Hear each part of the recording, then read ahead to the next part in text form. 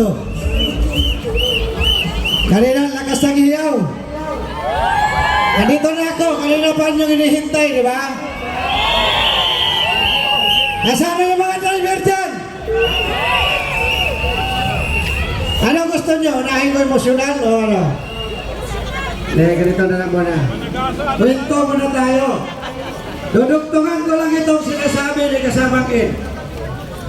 Hanggang kailan tayo maglulukuhan sa sarili natin? Pinaasa tayo ng gobyerno mabuhay. Pero anong ginawa? Nabuhay ba tayo? Mas lalong dinorgor.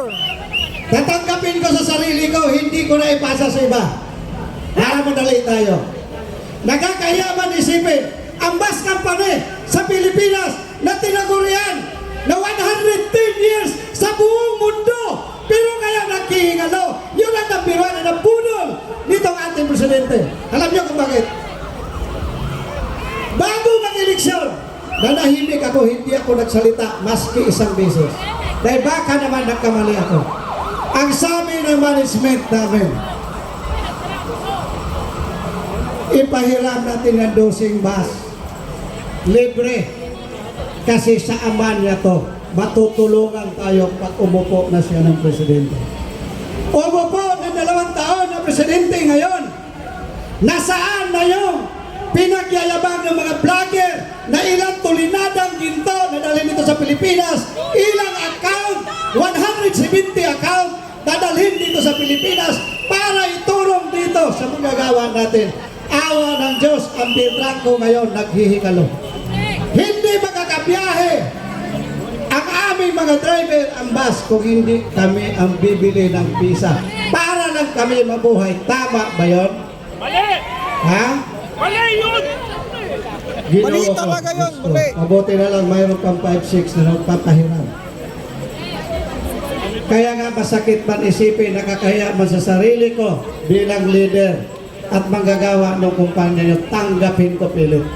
Dahil ito yung nangyayari sa atin. Isa pang nakakalungkot isipin, bago ko doon humantong sa budol na naman ulit, yung narinig ko noong nakaraang araw, mayroon daw bagong wage order, dadagdagan ng 35 pesos. Hindi ako nagkamali. Mamaya tatalakayin natin kung bibigyan pa ako ng oras. Para lahat kayo manggagawa, magising. Huwag na kayo magpatulog-tulog sa pansitan. Dahil hanggang nagpatulog-tulog tayo sa pansitan, tuloy-tuloy tayong lulukuhin. Diba? Tama. Nakakasawa na pakinggan. All politikos, makinig ka. Hindi naman tayo mabudol kung hindi tayo magpapabudol. Bakit? Ulitin ko ang trangko. Narinig ko ang Maharlika Investment Fund kumita na daw. Hindi ko alam kung kumita. Dahil narinig ko sa balita sa TV, mag-i-invest na daw next year sa ibang bansa dahil kumita na. Aba, hindi lang masama magmura na ako rito eh. Bakit? Ito muna unahin yung bahay mo, huwag yung kapitbahay. Hindi ka ba nasiraan ng ulo? Yung anak mo na dito, hindi ka makakain ng almusal hanggang tanghalian. Unahin mo pa yung kapitbahay mo. Tama. Dito mo ilagak yan kung totoo mayroon yan. Tama. Sagipin mo itong pambansa mong bus kasi mayroon ka pinagyayabang modernization. Nasaan ang modernization? Lahat ng bus natin dito puro tandaan. Tama. Diba? Sa ibang bansa ang bus pinahalagahan. Hindi sinalaula. Ganon ako ka-emosyon. Bakit? Mamamatay na halos lahat ng empleyado namin, hindi na babayaran, nagre-retire. Sino matutuwa dyan? Walang pakialam ang gobyerno. Gusto pa durugin ito. Yang diyawan mo yung CB4 na yung putang na yan. Ha? Ginagago lang tayo dyan. Balik ako sa bus transport. Ang bus transport dapat magkaroon na ng ngipin. Mayroong TO 118-12 na dapat magkaroon ng basic rate lahat ng mga driver at kumpleto ng benepisyo. Anong ginawa nito mga hinayupak na ito? Nasunod ba? Ibig sabihin, DO-118-12, 2012, nandiyan na yung batas na yan. May mga abogado pala dito, hindi pala yung batas. Department order lang yan. Pero may ngipin din yan. Bakit yung DO-174? Department order lang yan eh. Bakit hinaras yung manggagawa? Di ba? Ilan ngayon sa mga bus company? Ikotin ninyo, nandito lahat ng mga vlogger. Tanungin ninyo, ikaw ba mayroon kang basic rate? Ikaw ba nabigyan ng 13-month pay? Ikaw ba na mayroon kang SS pag-ibig PhilHealth?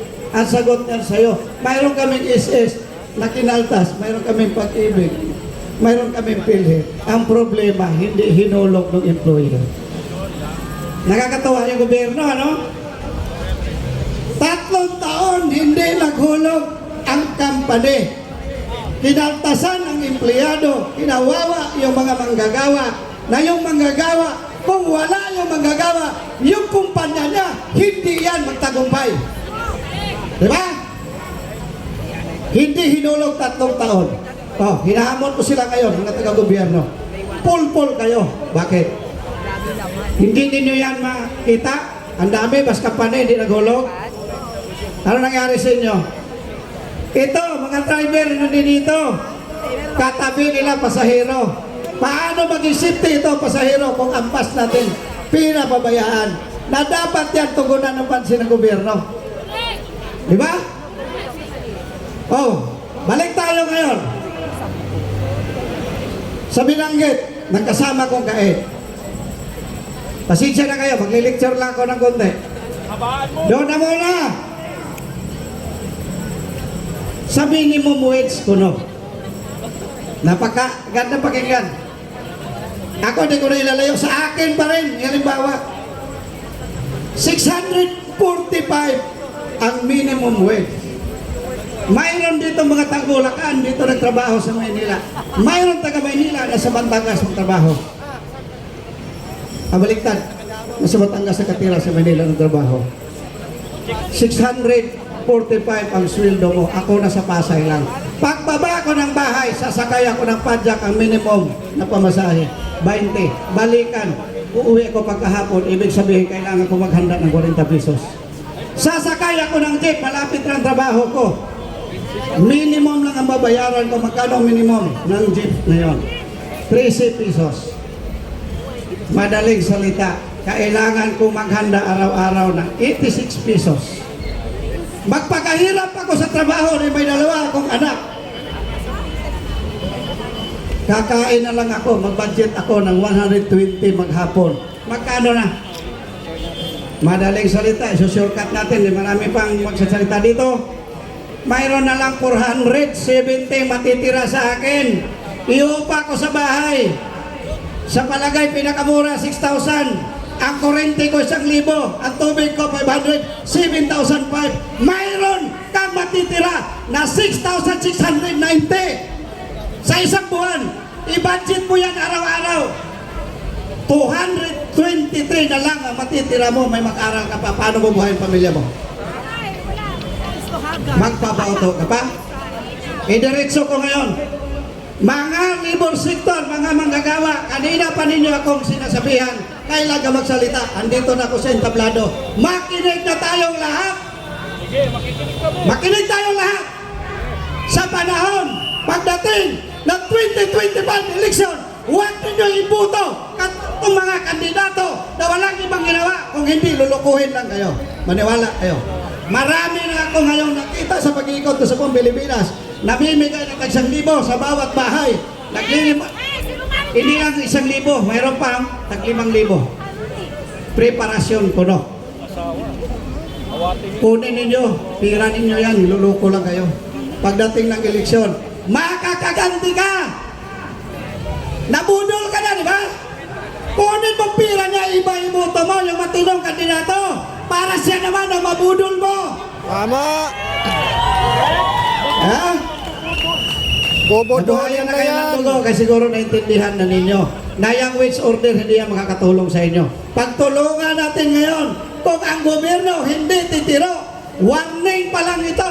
Nakita ninyo mga driver na dito, mga leader pa lang yan, wala pa dyan ang mingro. Dahil itong Bus Transport Alliance sa buong Pilipinas ito, pipilitin ko sasamahan ang rally na maisog sa buong Pilipinas kung kinakailangan. May parating ko lang sa ating mga driver na siya pinagsamantalaan. Ganon. Nakakalungkot isipin, pero hindi ako nalungkot dahil natutuwa kayo ngayon. Wag ka nang umiyak, dahil tatapusin ko na ito. Tumutulo na kasi ang luha ng ibang magkasama natin. Marami pong salamat.